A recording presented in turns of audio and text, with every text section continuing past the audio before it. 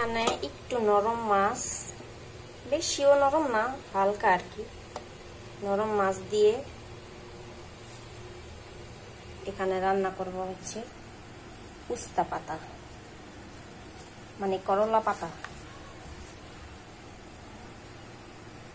সাথে দিব হচ্ছে আলু। চুলায় তেল গরম হয়ে গেছে, দিয়ে দিব একটু জিরা, তারপর দিয়ে দিব পেঁয়াজ,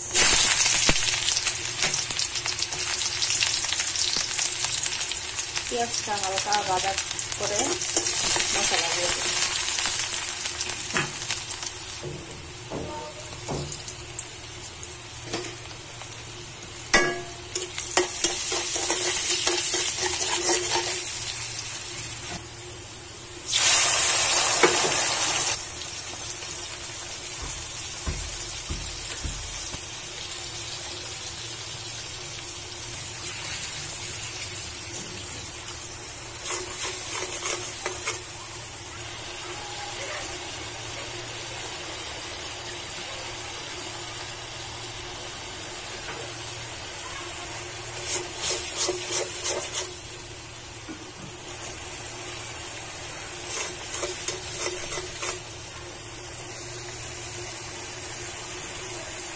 মশলাটা কষানো হয়ে গেলে দিয়ে দিব আলু। এখানে মশলার মধ্যে দিছি হলুদ, মরিচ, ধনিয়া গুঁড়া, জিরা বাটা আর হচ্ছে একটু রসুন বাটা, আদা বাটা। পিতা তরকারিতে আমরা আদা বাটা দিই না। আলুটা ভালোভাবে কষায় নিতে হবে।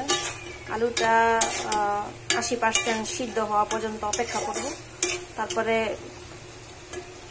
করলা পাতাগুলি দিয়ে মাছ হাতে মাইখা সুন্দর করে এটার মধ্যে দিয়ে দিব।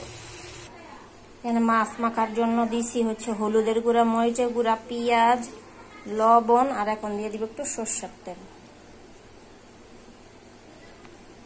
এটা দিয়ে মাছটা মাইখা তারপরে ওই করলা পাতার উপরে, আলুর উপরে দিয়ে দিব। এই মাখামাখির কাজটা কিন্তু হাত দিয়েই করতে হবে, নাহলে হাতের স্পর্শ না পাইলে আসলে খাবার মজা হয় না। ভালোবাসার ছোঁয়া দিতে হবে হাত দিয়া এইভাবে।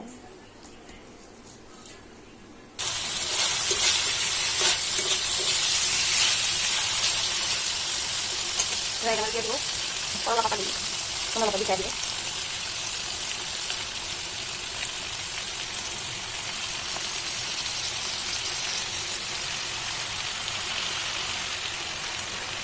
তারপর দিব মাছ।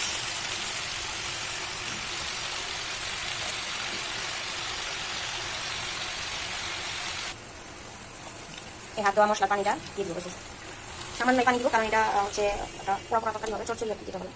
এখানে দিয়ে দিলাম।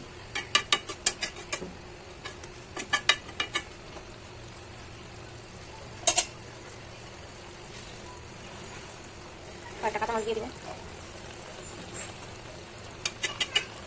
মাছগুলি সিদ্ধ হওয়ার জন্য অল্প একটু ঢেকে দিবে।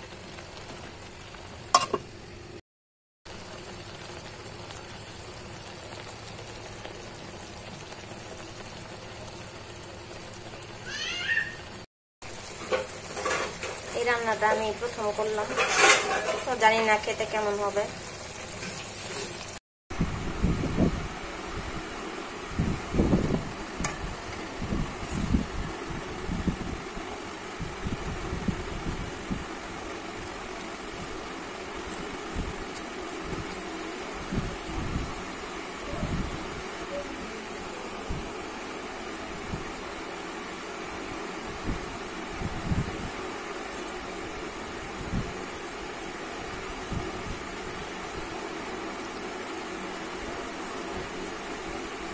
সেই মজা তো কোনোদিন আমি অবশ্য খাই নাই, এই ফার্স্ট আমি রান্না করলাম। তো মাছটা একটু নরম নরম যেহেতু, সেহেতু করলা পাতা দিয়ে এই মাছটা রান্না করলাম। খাইতে বেশ লাগে।